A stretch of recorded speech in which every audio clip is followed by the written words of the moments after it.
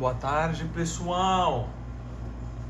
Eu sei que ninguém pediu isso, mas eu tô gravando um vídeo para explicar números complexos, porque isso me ajuda a lembrar sobre a matéria também, né? Então, como eu acho que é uma das coisas mais difíceis que vai cair na prova, números complexos, então eu parei para explicar aqui.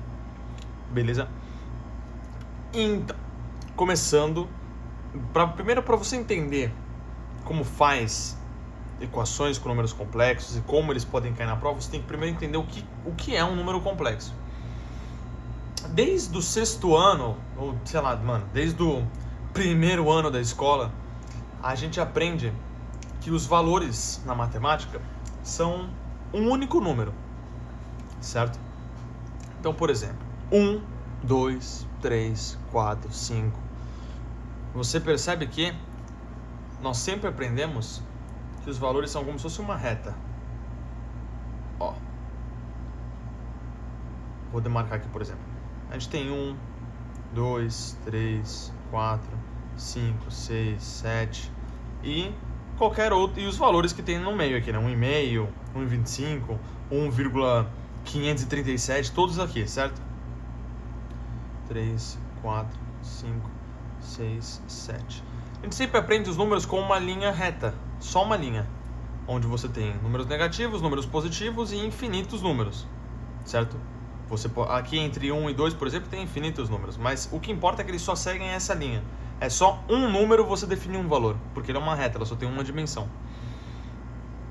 Porém, os números complexos que a gente vai estudar agora, que apesar de ser uma matéria tipo da faculdade e que não cai no Enem, o Marcelo decidiu cobrar na prova.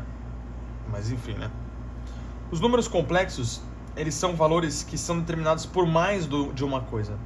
Você não determina eles apenas por um número. Eles não são uma simples reta. Eles são como se fossem duas direções. Ao invés de você ter uma reta 1, 2, 3, 4, 5, 6, 7, 8, 9, 10, você tem duas coisas. Aí você pode olhar isso aqui e falar, pô, mas isso não é um plano cartesiano? Não, um plano cartesiano funciona dessa mesma forma, mas o ponto é que o plano cartesiano intersecta dois números reais, que são os números convencionais, duas retas, uma reta aqui que seria o eixo y e uma reta aqui que seria o eixo x. Já um número complexo, isso aqui não são dois números separados, tudo isso é um número só, tudo isso é uma representação de um número. Se você pegar qualquer ponto aqui nesse plano, ele não vai ser um conjunto de dois números. Não, ele vai ser um número só, que é um número complexo. Entende? Essa é a diferença. Então, por exemplo, no número complexo, a gente vai ver mais pra frente, é como se você representasse aqui a linha convencional, a linha dos reais, que a gente já tinha, certo? Então você tem lá 1, 2, 3, 4, 5, 6, 7, 8, 9, 10, tanto faz. E pra cima e pra baixo você tem a parte imaginária dos números, certo? A parte imaginária que a gente tá, como eu posso dizer... O nome é imaginário porque a matemática em si, convencional, que a gente estuda desde então, só tem uma dimensão, certo? Que é o número vai para frente ou vai para trás, o número ou é negativo ou é positivo. Não tem cima e baixo nos números, certo? Por isso que ele diz que é imaginário. Nesse eixo você já começa a entrar a trabalhar com números que não são meio abstratos, certo? Você não precisa... entender profundamente como eles funcionam e o porquê que é dessa forma que é, quais que são as aplicações disso. Mas a única coisa que você precisa saber é esse conceito básico de que ele tem uma dimensão a mais do que os números normais seriam, do que os números reais seriam. Ou seja, o conjunto dos complexos é como se fosse um conjunto maior, né, naqueles conjuntos numéricos que a gente entendeu. A gente tem lá os naturais, inteiros, tal, ele vai abrindo assim. Aí no final tem os reais. A gente parava nos reais. Mas fora dos reais ainda tem os números complexos segurando. E óbvio, além dos números complexos, tem muitos outros conjuntos que vão ter 4, 6, 8 dimensões para fora. Mas isso a gente não vai nunca estudar. Mas enfim. Tá. A gente já sabe os números que estão nessa reta aqui a reta do meio, certo? Que são os números reais convencionais. Agora, esses números aqui de cima, que vão para cima ou para baixo, como é que a gente representa eles? A gente representa eles pelo número i. Pelo número, né? Pela letra i, quer dizer. E aqui você tem, por exemplo, o valor menos 1 é menos 1i. menos 2, que a gente escreveria, na verdade é menos 2i, certo? O que é esse i? Esse i é um número que tecnicamente não existe na matemática convencional que a gente estuda, não é um número real. Por quê? Ele é um número que... Como que eu posso dizer? Ele é um número que atende o seguinte requisito. A raiz quadrada... não, quer dizer, esse número é tecnicamente a raiz quadrada de menos 1. Certo? Existe raiz quadrada de número negativo? Nos conjuntos dos reais, não. Tanto é que isso aqui pra gente não tem solução. Menos 1, raiz de menos 1 não tem solução, porque 1 vezes 1 é 1. Menos 1 vezes menos 1 é 1 ainda. Certo? Então esse número aqui, você percebe que tem uma lacuna na matemática, uma lacuna que não cobre a resolução de números negativos, a raiz de números negativos. E o i serve para isso. A única especificação é que i é um número que ao quadrado dá menos 1, né? Ou ele igual é a raiz de menos 1. Isso que você precisa saber. Então essa é a parte imaginária. Esse número ele vai estar multiplicando os números desse eixo y para transformar eles nesse conceito imaginário, certo? Porque tipo, como é que você vai trabalhar raiz de menos 4, raiz de menos 8? Aí você vai botando valores aqui na frente, entendeu? Você vai multiplicando esses valores aqui. Vai multiplicando esse i. Mas a parte imaginária é sempre com base na multiplicação de um valor real que a gente tem vezes esse i. E essa forma a parte imaginária do número complexo. E ainda bem, falando nisso, que eu já introduzi essa parte sem querer e não expliquei, o número complexo, lembra que eu tinha falado que ele é composto por duas coisas e não só por uma agora? Ele é composto por uma parte imaginária e uma parte real. O número complexo se dá pela letra z, certo? Z é igual a mais b vezes i. Esse a é um número real, ou seja, 1, 2, 3, 4, 5, 6, qualquer valor que a gente já sabe, certo? Que a gente já está acostumado a trabalhar. O valor dessa linha aqui, que é igual à linha que a gente sempre trabalhou. Agora, o valor de bi, b é um número real, mas esse bi é a parte imaginária, porque tá vendo que ele está multiplicando pelo imaginário? Pelo número imaginário, unidade imaginária, né? Ele transforma essa parte no imaginário. Ou seja, a partir do momento que você pega um número real, que seria dessa região aqui, na teoria, e multiplica pela parte imaginária, agora você cria outro eixo, que é o eixo para cima e para baixo, que não existia nos números, certo? Então você precisa saber que aqui é a parte real, vou escrever aqui a parte real, e aqui é a parte imaginária. Imaginária tem acento, né? Acho que tem. Parte real e parte imaginária. Certo. Para que esses números, por mais que ele pareça meio tipo uma coisa inútil que você vê só na faculdade, coisa assim, ele é útil para várias coisas. Ele é útil tanto em eletrônica, como quando você está trabalhando com valores que tem várias variáveis, mais do que uma variável, quando você vai construir gráficos, etc. Enfim. Isso aqui a gente pode representar, vamos dar um exemplo de um número complexo aqui. A gente precisa de uma parte real, que é o a, então vamos pegar um número real 3, por exemplo, mais, e a parte imaginária, que é um número real vezes o imaginário, então 4i. Isso é um número real, isso é um número imaginário, por exemplo, certo? Isso aqui de baixo, número imaginário não, cara, isso é um número complexo. Foi mal, rapaziada, isso é um número complexo. Imaginário é isso aqui é unidade imaginária, né?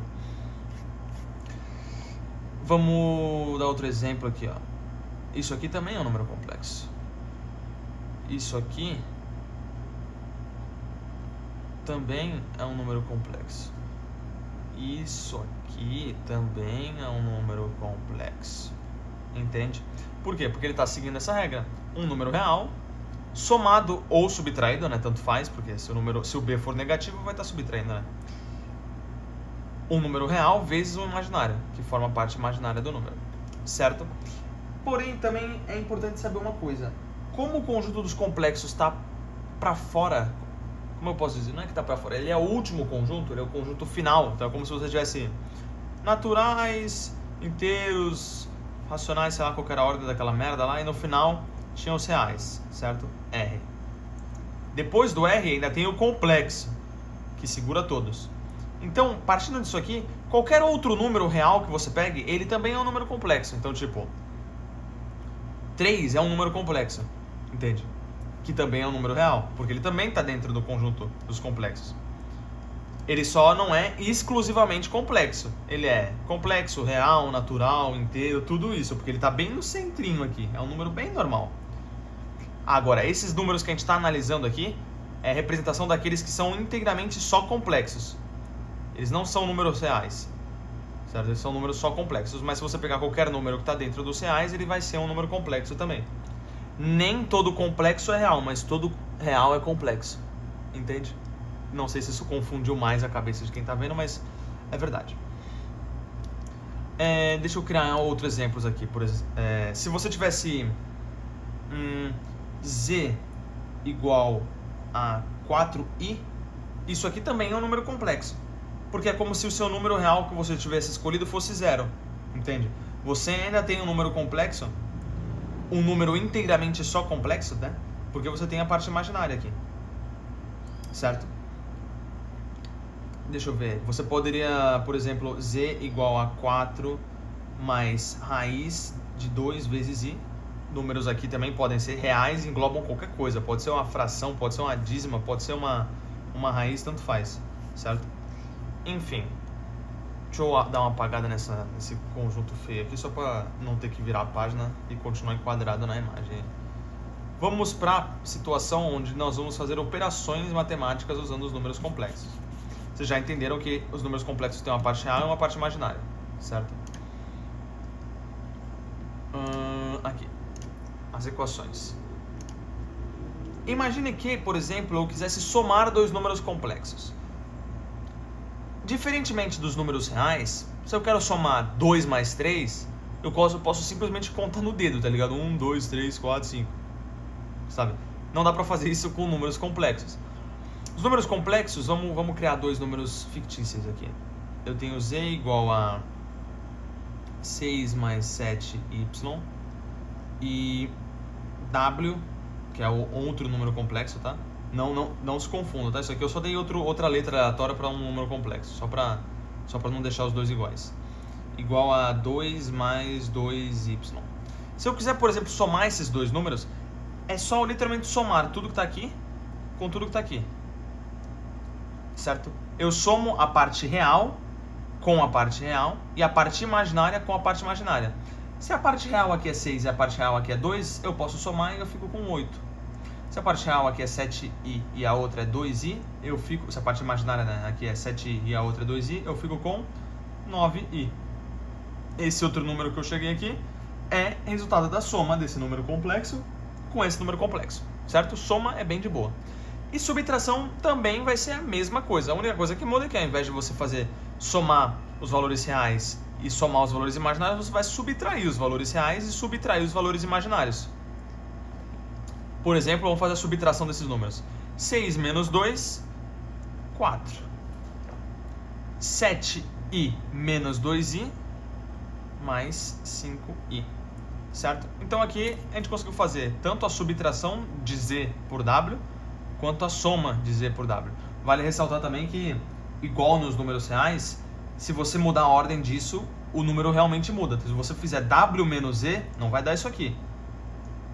Z menos w dá isso aqui. É igual você fazer 4 menos 5, não é a mesma coisa que 5 menos 4. Entende? Deixa eu ver. Próximas tipos de equação. Você tem, por exemplo, multiplicações com números complexos. Multiplicações com números complexos são simples. O que você faz? Você só faz uma distributiva entre eles, certo? Então é como se você tivesse dois parênteses. Vamos fazer a multiplicação desses dois números. Você, na verdade, tem como se fosse 6 mais 7i vezes 2 mais 2i. 6 vezes 2, 12. A gente vai fazer a distributiva aqui, né? Pronto. 6 vezes 2, 12. 6 vezes 2, 12 também, só que tem o i, então é mais 12i. 7i vezes 2, 14i. 7i vezes 2i, 14i ao quadrado, certo?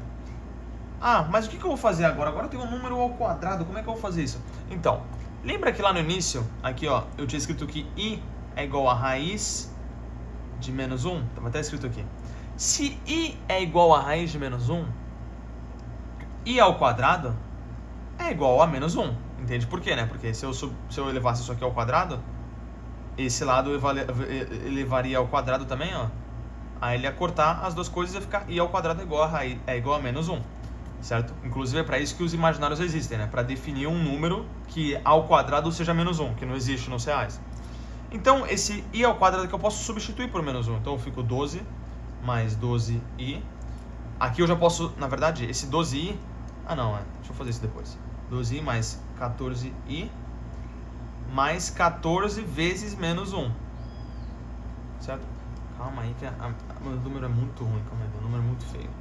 Vou escrever de uma forma mais ser humana.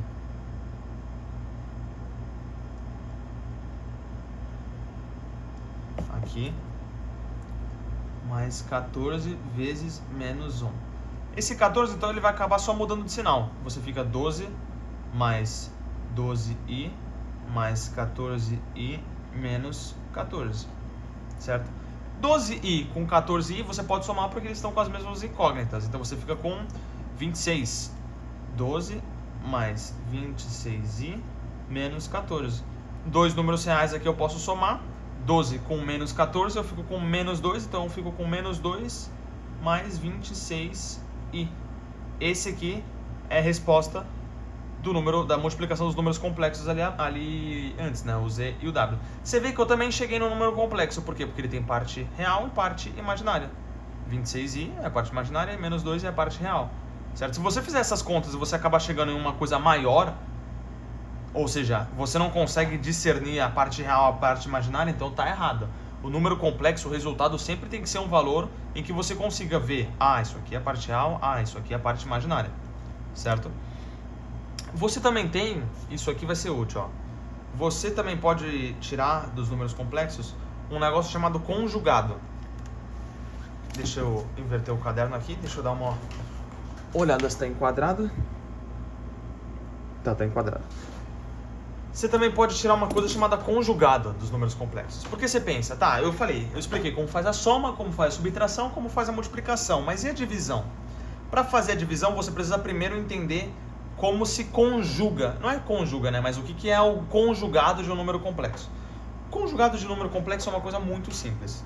Primeiro, o conjugado de um número complexo é representado pela letra z com um traço, certo? A letra z seria o número complexo e o traço é indicando que ele é conjugado. Como você conjuga, né? Como você deixa conjugado um número complexo? Imagina que eu tenho um número complexo aqui sendo 5 mais 7i. O número conjugado é igual a um número complexo. A única coisa que acontece é que você inverte o sinal da parte imaginária. Então, se antes eu tinha falado que o número complexo era a mais bi, o conjugado de um número complexo é a menos bi. Se b era positivo, agora fica negativo. Se b já era negativo antes, agora ele fica positivo, porque vai inverter o sinal. Então aqui, o conjugado desse número complexo é só inverter o sinal dessa parte aqui, dessa parte imaginária. Então o conjugado de um número complexo seria aqui, ó, 5 menos 7i. Isso é o conjugado do número complexo, certo? Vamos dar outro exemplo aqui. Z igual a 9 menos 4i. Esses exemplos são do slide dele, se você até quiser ver na explicação dele. O conjugado desse número seria como? Só inverter o sinal do imaginário. 9 mais 4i. Certo? Simples, simples. E para que você precisa saber do conjugado dos números complexos para fazer divisões?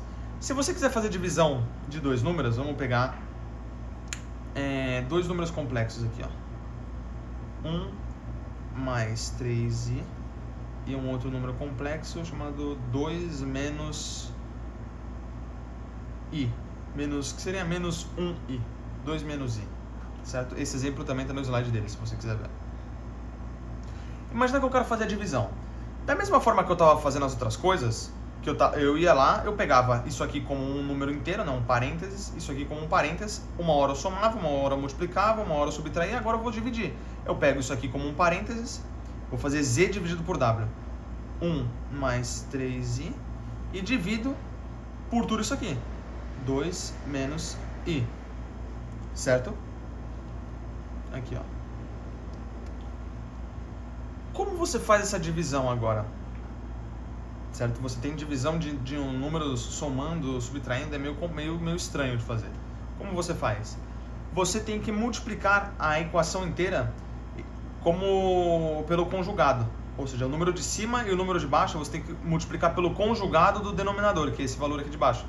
Qual que é o conjugado desse valor aqui de baixo? A gente acabou de aprender, ó. É só você inverter o sinal da parte imaginária. Então, o conjugado dessa parte de baixo é 2 mais i, certo? E agora, seguindo a lógica que eu acabei de falar, você pega esse conjugado e multiplica a parte de cima e a parte de baixo por ele. 2 mais i, 2 mais i. Ou seja, multiplica isso aqui por isso aqui por isso.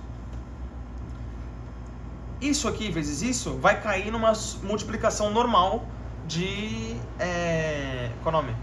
De números complexos que a gente já viu. Vamos fazer distributiva, né? Considerar que são parênteses aqui, ó. 1 vezes 2 dá 2. 1 vezes i dá i. 3i vezes 2 dá 6i. 3i vezes i dá mais 3i ao quadrado. Divide tudo por... Vamos fazer a multiplicação de baixo, também por distributiva. 2 vezes 2, 4. 2 vezes i, 2i. Menos i vezes 2, menos 2i. Menos i vezes mais i, é menos i ao quadrado, certo? Vamos fazer as contas agora, né? Vamos fazer as contas considerando que i ao quadrado é menos 1, igual a gente sabia antes. Aqui no de cima vai ficar simples, porque ó, a gente tem, deixa eu passar aqui para baixo nas contas, ó. A gente tem o 2 que continua igual, o i que vai somar com 6i, então você vai ficar com 7i.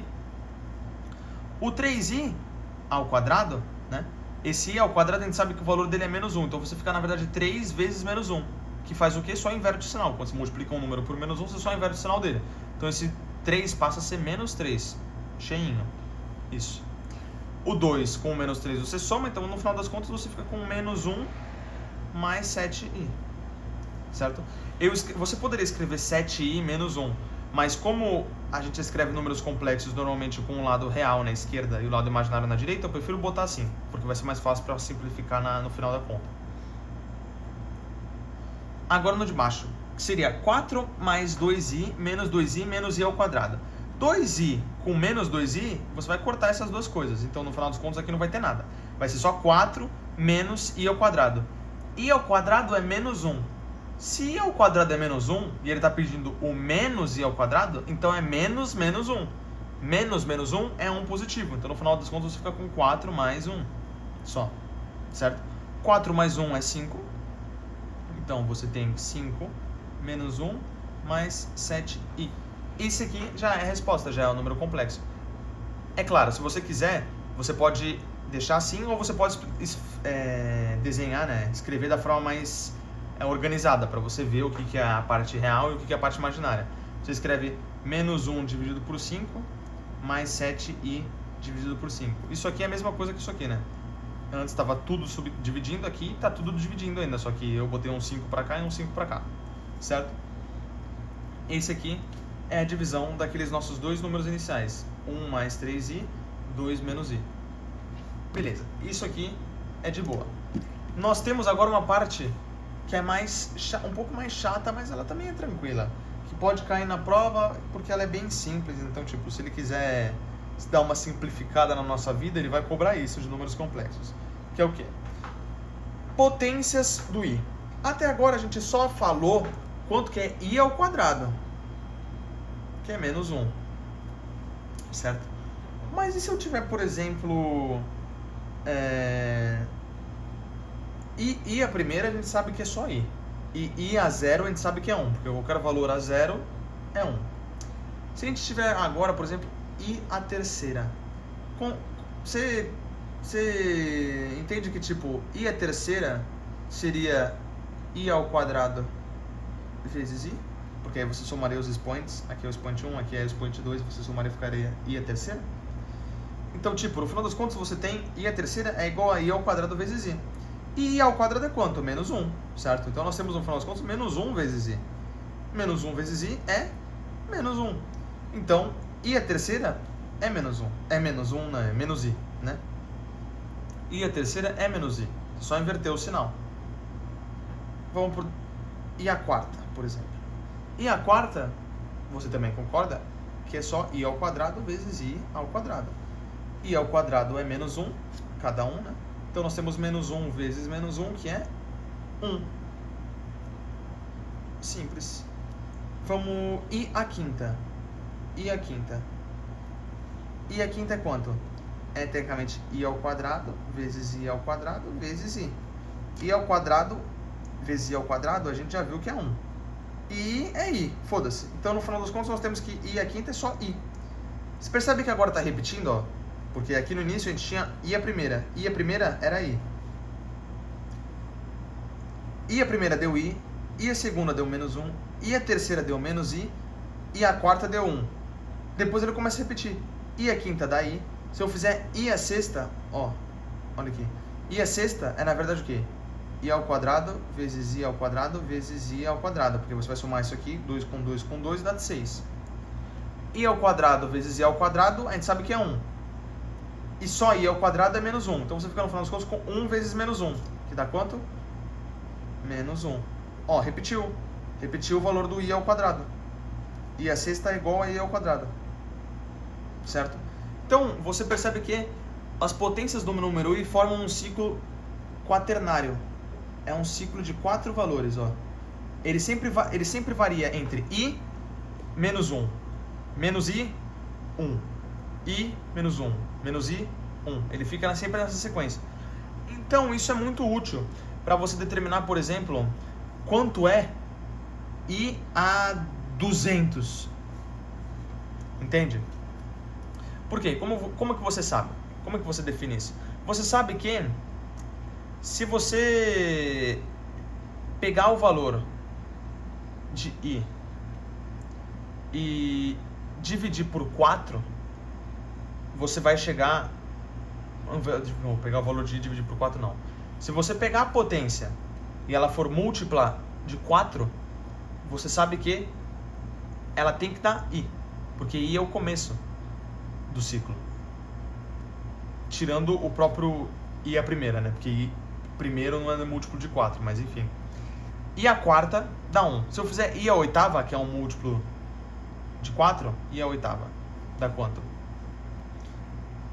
I ao quadrado vezes i ao quadrado vezes i ao quadrado vezes i ao quadrado. Isso aqui dá 1, isso aqui dá 1. No final dos contos a gente fica com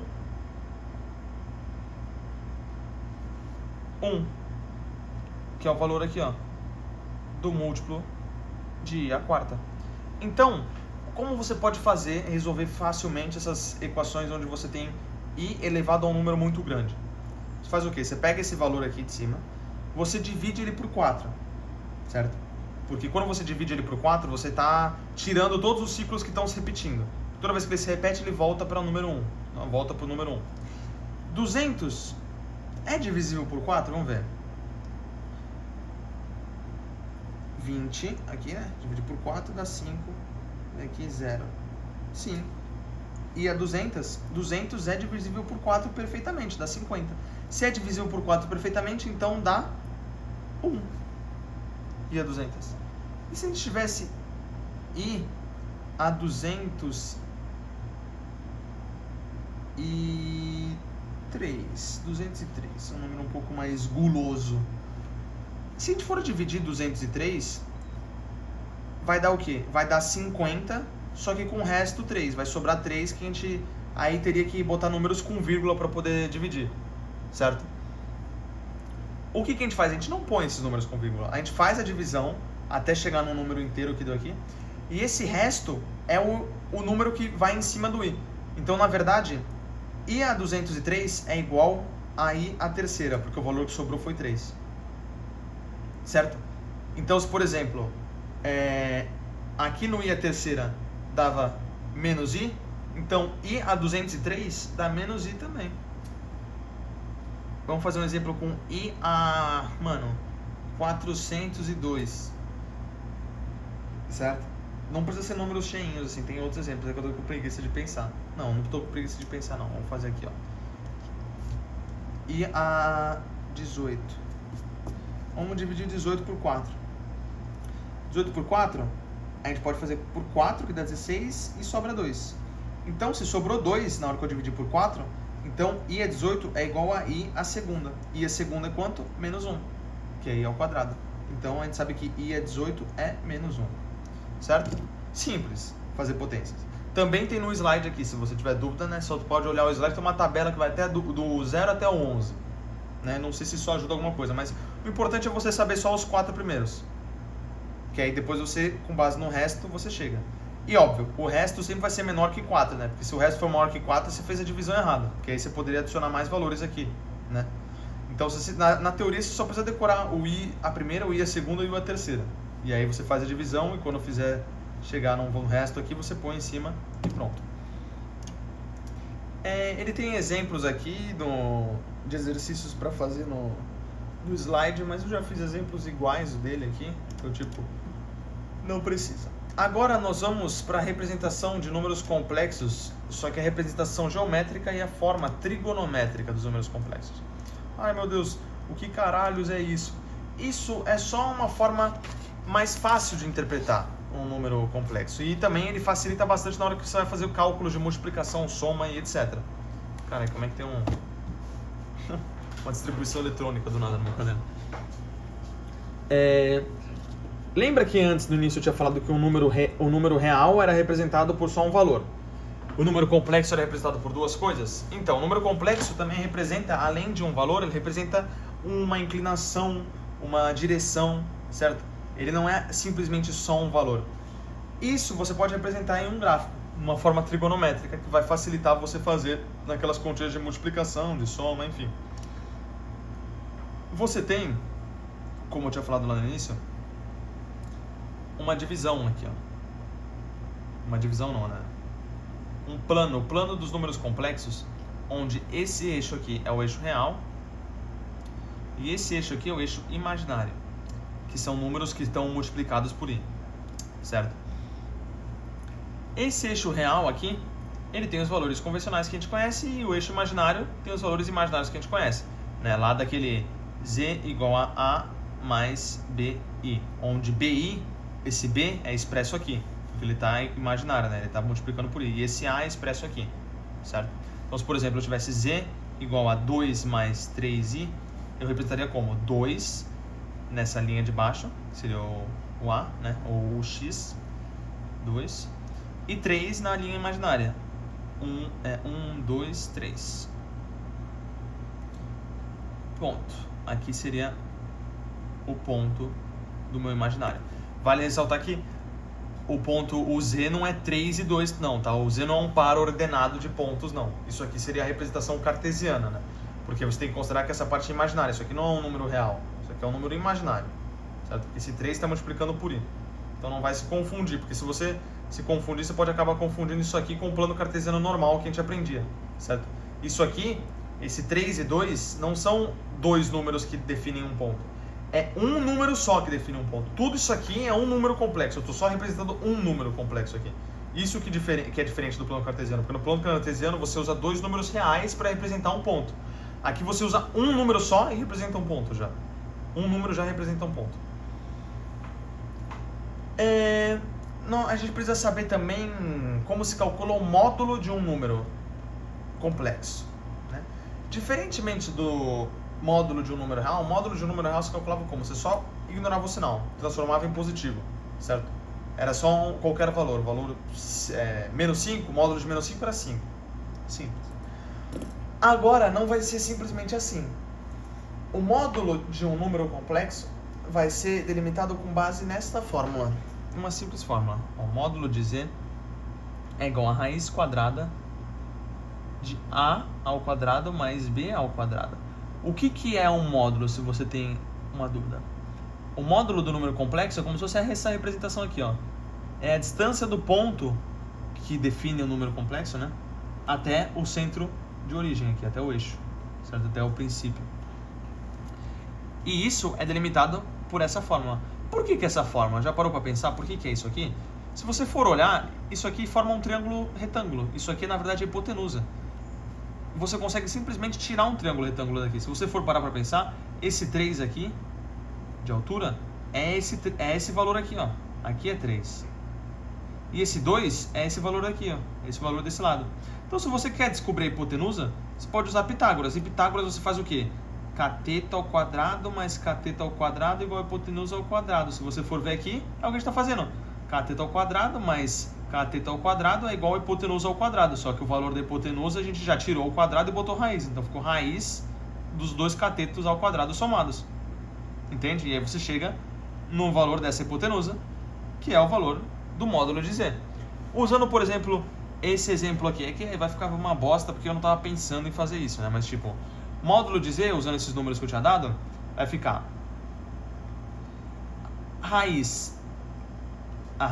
o A ao quadrado, que é a parte real, A é 2 aqui, ó, parte real do número, 2 ao quadrado, mais B ao quadrado, que é a parte imaginária. A parte imaginária, 3, é o número na frente do I, é o número que está multiplicando o I.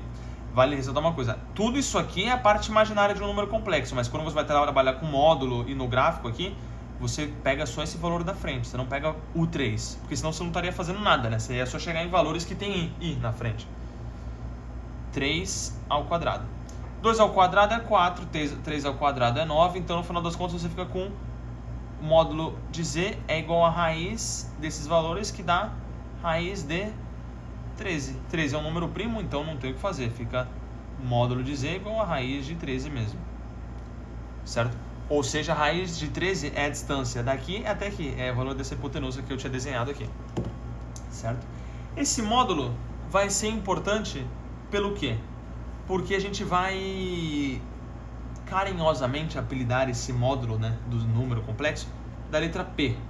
E ela vai ser usada para o cálculo do argumento e para transformar um número complexo em uma representação dele, só que trigonométrica, né, geométrica. Você precisa desse módulo, você precisa desse valor aqui, ó, certo? Do valor do comprimento disso aqui. O que é um argumento de um número complexo? Argumento de um número complexo é esse ângulo que é formado aqui, ó. O ângulo que é formado entre o ponto do número complexo e a origem, certo? E esse eixo aqui, né? E a origem. Se você traçar uma reta da origem até o número complexo, esse ângulo que forma com o eixo dos reais é o argumento do número complexo. Ou seja, o argumento do número complexo sempre é um ângulo entre 360 e 0, certo? Nunca é maior que 360 ou menor que 0. Não tem um ângulo negativo, por exemplo. E como você chega no valor do argumento? Você tem que descobrir o cosseno seno, ou tangente até, né? O tangente não, porque a tangente você vai relacionar, qual é o nome? Cateto oposto com adjacente, mas tipo, você poderia usar em algum momento. Você vai descobrir o cosseno e o seno desse ângulo para poder descobrir qual que ele é, qual o valor desse ângulo. E como você descobre? Isso aqui é a mesma coisa que seria num triângulo retângulo. Então você tem um triângulo retângulo aqui, ó. Espero que você já tenha estudado relações de triângulos retângulos para poder entender melhor essa matéria. Você tem um triângulo retângulo. Se eu não sei qual é esse ângulo e eu quero descobrir, mas eu já sei quais são todos os valores. Eu sei esse valor aqui, que é P, ou módulo de Z. Eu sei esse valor aqui, que é 3, e eu sei esse valor aqui, que é 2. E eu quero descobrir esse ângulo. Esse P eu já descobri que ele é raiz de 3, né? Então eu vou escrever aqui, raiz de 3. Esquece esse P. Raiz de 13, né? Raiz de 13. Eu posso simplesmente fazer as relações, descobrir o cosseno e o seno desse ângulo, e eu descubro qual é o ângulo. Se for um ângulo notável, é fácil, porque eu simplesmente vou lá, deu que o cosseno é raiz de 2 sobre 2, o seno é raiz de 2 sobre 2. Eu já sei que o ângulo é 45, porque é 45 que tem cosseno raiz de 2 sobre 2. E seno também, né?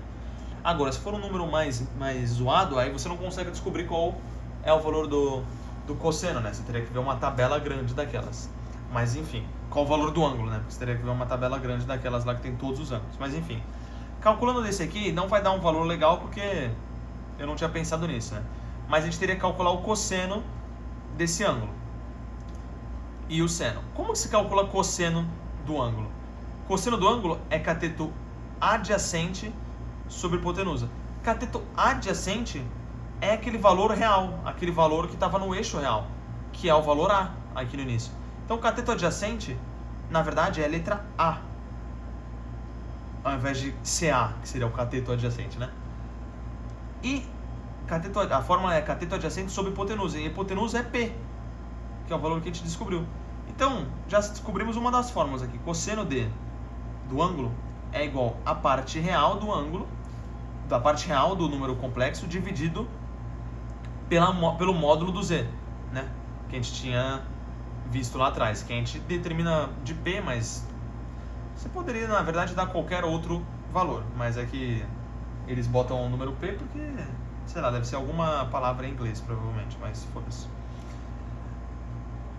Agora vamos delimitar o seno do argumento, né? Que é o ângulo, tá? Não esqueça disso. Argumento de um número complexo é só esse ângulo aqui, certo? Seno delimita como? Cateto oposto sobre hipotenusa. Cateto oposto é a letra B. Por que é a letra B? Porque é essa parte aqui, ó. Essa parte que subiu no I, que é a parte imaginária, que é essa parte aqui. Então, o cateto oposto da fórmula do seno, na verdade, é a letra B. E a hipotenusa, como a gente já tinha visto, é o P. Certo? Isso aqui são duas fórmulas gerais que você precisa saber. Óbvio, esse cosseno e seno desses valores, obviamente, nunca vai dar maior do que 1 ou menor do que menos 1, né? Se atente a isso, porque os cossenos e senos não passam desses valores. Mas, enfim, vamos aplicar isso aqui para esse exercício, por exemplo. Cosseno do nosso argumento aqui é igual a A sobre P. A era 2 e P era a raiz de 13. Vai dar um valor feio aqui, tá? Não vou conseguir descobrir o argumento, porque eu não fiz números pensando nisso. Seno vai ser cateto oposto sobre o P, que vai ser a parte imaginária sobre o P, que é o cateto oposto. 3 sobre raiz de 13. A gente já pode até racionalizar aqui, multiplicar os dois por raiz de 13, né, para ficar bonitinho. Embaixo ficaria 13, em cima ficaria 2 raiz de 13. Aí esse aqui ficaria 13 também, 3 raiz de 13. Mas enfim, a gente não vai chegar num valor bonito, porque eu não tinha pensado nos números. Mas imaginando um cenário onde eu calculasse o cosseno desse valor e o seno desse valor, e chegasse que o cosseno é igual a meio e o seno é igual a raiz de 3 sobre 2. Eu conseguiria saber qual o ângulo com base nisso? Conseguiria, porque eu sei um número que o cosseno dá meio e que o seno dá raiz de 3 sobre 2. Se eu olhar a tabelinha lá do seno, cosseno e tangente, aquela musiquinha, eu vou ver que 60 tem o seno raiz de 3 sobre 2 e o cosseno meio. Então, automaticamente eu sei, com base nesse cálculo do cosseno e do seno, que o argumento desse número complexo é 60 graus, certo? Eu não preciso fazer toda essa conta, toda essa representação aqui, representar no gráfico, representar com um triângulo retângulo. Você pode simplesmente bater o olho em um número e fazer a conta, certo? Por exemplo, eu tenho o número... Vou pegar outro número fictício aqui que eu vou criar, que provavelmente vai dar errado, mas z é igual a 6 mais 2i. Primeiro de tudo, vamos fazer o módulo do z, o módulo do número complexo. O módulo é como raiz quadrada da parte real e da parte imaginária ao quadrado. Da parte real, 6 ao quadrado, parte imaginária, 2 ao quadrado, fica 36 mais 4, fica a raiz de 40. Raiz de 40 dá para simplificar. Se for 40 aqui, ó, 2, 20, 2, 10, 2, 5, 5, sai. Fica 2 raiz de 10. 2 raiz de 10 é um módulo do nosso número complexo, ou é a letra P, né? Vulgo letra P. Pronto. Agora vamos calcular o cosseno e o seno desse valor, né, desse número complexo, para a gente conseguir descobrir o argumento dele. Como é que a gente faz isso? Vamos usar lá as formulazinhas que a gente já chega. O cosseno é igual a parte real sobre o P. E seno é igual ao número imaginário sobre o P. A parte real desse número é 6, que é essa parte aqui. Sobre o P, que a gente chegou que é 2 raiz de 10. E o seno vai ser o quê? B, que é esse 2, sobre o P também, 2 raiz de 10. Vamos simplificar aqui, né? Porque fica mais bonitinho. Aqui a gente pode deixar 3 sobre raiz de 10. Aqui pode deixar só 1 sobre raiz de 10. Racionaliza aqui, multiplica os dois por raiz de 10, o de cima e o de baixo. Fica raiz de 10 sobre 10. E esse aqui fica... Esse aqui a gente chegou no valor do seno, né?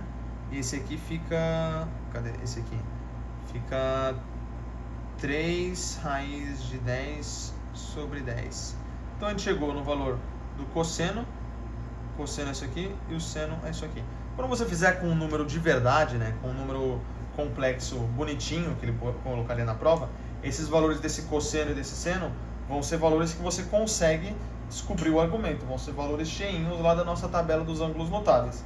Se não for da tabela dos ângulos notáveis, no máximo ele vai te dar o valor, né? Ele vai falar, cosseno e seno de tal coisa é esse. Aí tu vai lá e vai falar, pô, deu o mesmo número, então é esse ângulo aqui.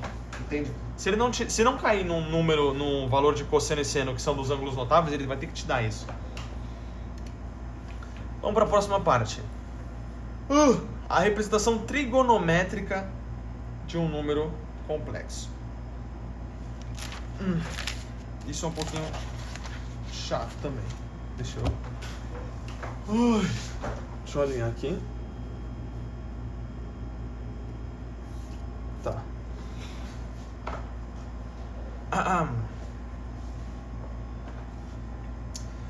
A representação de um número complexo de forma trigonométrica é da seguinte forma. Você vai escrever z igual a p vezes o cosseno do argumento mais i vezes o seno do argumento, certo? É só uma representação, uma forma diferente de organizar todos aqueles valores que a gente já tinha. Antes a gente tinha só os valores jogados para descobrir o argumento, agora a gente vai usar do argumento, dos cossenos e dos senos lá para botar ele numa formulazinha bonitinha. Então vamos de novo usar um exemplo aleatório aqui. Por exemplo, z igual a... Vou usar um que tem até no slide dele, 1 mais i. Certo? Vamos calcular primeiro de tudo que a gente faz, calcula o módulo de z. Módulo de z é o que? Raiz da parte a ao quadrado mais a parte b ao quadrado. 1 ao quadrado mais 1 ao quadrado. Certo? 1 ao quadrado mais 1 ao quadrado dá quanto? É difícil essa conta, hein? Muito difícil. 2, certo? Porque 1 ao quadrado é 1, 1 ao quadrado é 1, 2. Raiz de 2. O módulo de z, então, é raiz de 2. Ou letra P igual a raiz de 2, né? Que é a mesma coisa. Percebe que a gente já descobriu um valor aqui, né? Dessa nossa fórmula. Raiz de 2. Então aqui na frente a gente já sabe que vai ser raiz de 2 vezes toda essa coisa aqui. Mas enfim. Agora como é que a gente descobre o cosseno e o seno? Vamos ter que fazer as fórmulas. As fórmulas do cosseno era como? Cosseno era A sobre P e seno era B sobre P. P a gente já tem que é raiz de 2. Então a gente já tem que os dois aqui é raiz de 2. Só que A é quanto? É 1. Aqui em cima, esse valor, a parte real. E B é quanto? É 1 também, porque é o valor que fica na frente do I aqui, ó. 1. Nós temos 1 sobre raiz de 2, só que não podemos ter uma raiz no denominador. Vamos ter que racionalizar, multiplicar os dois por raiz de 2 de novo, né? Raiz de 2, esse aqui por raiz de 2, esse aqui raiz de 2, esse aqui raiz de 2. No final das contas, a gente vai ter que os dois valores são raiz de 2 dividido por 2. Né? Porque você multiplica raiz de 2 por 1, fica só raiz de 2 aqui em cima. E raiz de 2 vezes raiz de 2 fica 2, né? Qualquer duas raízes multiplicadas iguais fica o próprio valor, então 2. E aqui, como é exatamente igual esse aqui, coincidentemente, também fica raiz de 2 sobre 2. Certo? Qual é o valor de um ângulo que tem a raiz de 2 sobre 2 sendo o cosseno e o seno? Tic-tac, tic-tac, 45 graus, certo? Se você fizer lá a musiquinha 1, 2, 3, 3, 2, 1, todo mundo sobre 2, raiz em cada um, você vai ver que no meinho, que fica o 45, ele tem o valor raiz de 2 sobre 2, tanto para seno quanto para cosseno. Então, nós descobrimos que o argumento desse número é 45. Ó, uma coisa importante também. Aqui, quando você for escrever, você não vai escrever tipo... como eu posso dizer?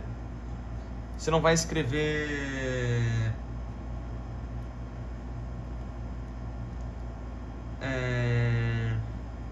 literalmente, se ele não pedir pra você, né, a fórmula trigonométrica, sorry por pensar, mas calma aí. Antes de você fazer tudo isso aqui, né, você tem que saber uma coisa. Esse valor aqui do cosseno e do seno, você não vai substituir por esses valores, porque a representação trigonométrica do número complexo não é cosseno e seno com os valores dos cossenos e senos. É só escrever cosseno do ângulo mais i vezes o seno do ângulo. Isso já é a representação. Então você pode escrever, agora que você tem todos os valores, o P é a raiz de 2, que a gente já chegou lá no início aqui, ó, vezes cosseno de 45, que a gente descobriu, mais i vezes seno de 45. Isso aqui já é a representação trigonométrica, sabe? Você não precisa fazer substituir os valores, entende? Porque se você substituir os valores, aí você vai chegar em outras coisas. Você vai chegar já nos... Qual é o nome? Você vai tirar ele da representação trigonométrica. Você vai fazer a representação dele normal. Você vai voltar para a representação que ele estava aqui, depois que você fizer todas as multiplicações e tudo aqui. Certo? Então, quando for pedir representação trigonométrica, você deixa ele com cosseno e seno aqui. Se, por exemplo, der valores... Se, por exemplo, ao invés de dar isso aqui, desse menos o cosseno ou o seno, tanto faz, fosse negativo, você aí ia começar a ter números que são maiores do que 90 graus, que eles não estão no primeiro quadrante, certo? Primeiro quadrante do círculo trigonométrico, que eu suponho que você já tenha visto, porque você está estudando matemática, né? Então, acho que você já viu já. Você vai ter que olhar o círculo trigonométrico lá e ver, por exemplo, nesse caso, imaginando que isso aqui é o cosseno, isso aqui é o seno, né? Eles ainda são os valores de 45. Só que o argumento já não é mais 45, porque o seno está negativo. Então pensa, qual é o ângulo que tem o cosseno e o seno igual a 45, mas o seno é negativo? O seno, se você pensar, é o que está em pé. Se o seno é o que está em pé, então isso aqui na verdade é um valor do quarto quadrante, certo? Porque o quarto quadrante, o cosseno continua positivo, mas o seno fica negativo. Então na verdade a gente tem um valor aqui equivalente do primeiro quadrante a 45, só que no quarto quadrante. O valor que é equivalente ao primeiro quadrante, 45, só que no quarto quadrante, é a mesma coisa que você fazer, tipo... fizer, tanto faz. É a mesma coisa que você fizer 360 menos 45. Porque pensa, você tem o círculo trigonométrico. Que círculo lindo, mano. Aqui você tinha 45. Como você descobriu que o seno desse valor é igual ao de 45, só que é negativo, então na verdade ele está para cá, ó. Porque o seno é esse eixo aqui e o cosseno é esse. Como o cosseno é positivo para esse lado, para a direita, eu tenho que manter ele na direita, porque ele ainda está positivo. Mas como o seno está negativo, eu não posso manter ele em cima, eu tenho que ir para baixo agora. Então, na verdade, é esse valor aqui. Se aqui é 45, esse valor aqui tem que ser o equivalente a 45 do quarto quadrante. Como 45 é metade do quadrante, então na verdade seria metade do quarto quadrante. Metade do quarto quadrante você pode fazer tanto, coincidentemente, né? Tanto 270, que seria aqui, mais 45, ou 360 menos 45. 360 menos 45 dá 315. Então aqui nós temos o quê? Que esse valor agora é 315 graus, né? Agora que eu mudei o sinal aqui. 315 graus. E agora, como é que você vai representar? Você pode representar, aí vai do Marcelo, eu não sei o que ele gosta da resposta, tá ligado? Mas tipo, você pode representar agora, raiz de 2 é igual a cosseno de 315 mais i vezes seno de 315. Ou você pode representar da forma que você iria representar antes. Cosseno de 45, só que agora, como o seno é negativo, mas ainda é o 45, menos i vezes seno de 45, certo? Porque você pode ou escolher por optar é foda, né? Mas ou você pode escolher por escrever o valor só do primeiro quadrante mesmo, e aí se o seno deu negativo ou o cosseno, aí você só muda o sinal aqui para condizer, ou você faz o trabalho de descobrir qual o valor equivalente, em qual quadrante ele está, e aí escreve o valor inteiro, 315 aqui, por exemplo, certo? Por que essa fórmula trigonométrica existe, essa forma trigonométrica? Porque ela auxilia em fazer coisas de multiplicação, subtração e adição. E até divisão também, né? Adição e subtração não, ele auxilia em multiplicação, divisão e potenciação. Então, por exemplo, antes, se eu fizesse a multiplicação de um número complexo lá daquela forma original dele, que é aqui, eu teria que fazer isso aqui vezes o outro, eu ia ter que fazer a distributiva toda e tal. Se eu quiser fazer a multiplicação de dois números que já estão na representação trigonométrica, então, por exemplo, raiz de 2 cosseno de 45, vamos copiar aquele ali, né? Mais i seno de 45 graus. E eu quero multiplicar ele por outro valor que é a raiz de 2 também, só que ele é cosseno de 15 mais i seno de 15 graus. Como que você faz isso? Não vou apagar isso aqui não. Como é que você faz? No caso da multiplicação, você vai pegar os valores dos ângulos, o valor do argumento aqui, né, o valor do ângulo, e você vai somar. E o valor fora aqui do parênteses, você vai fazer a multiplicação mesmo, né? Como é uma multiplicação, você vai multiplicar.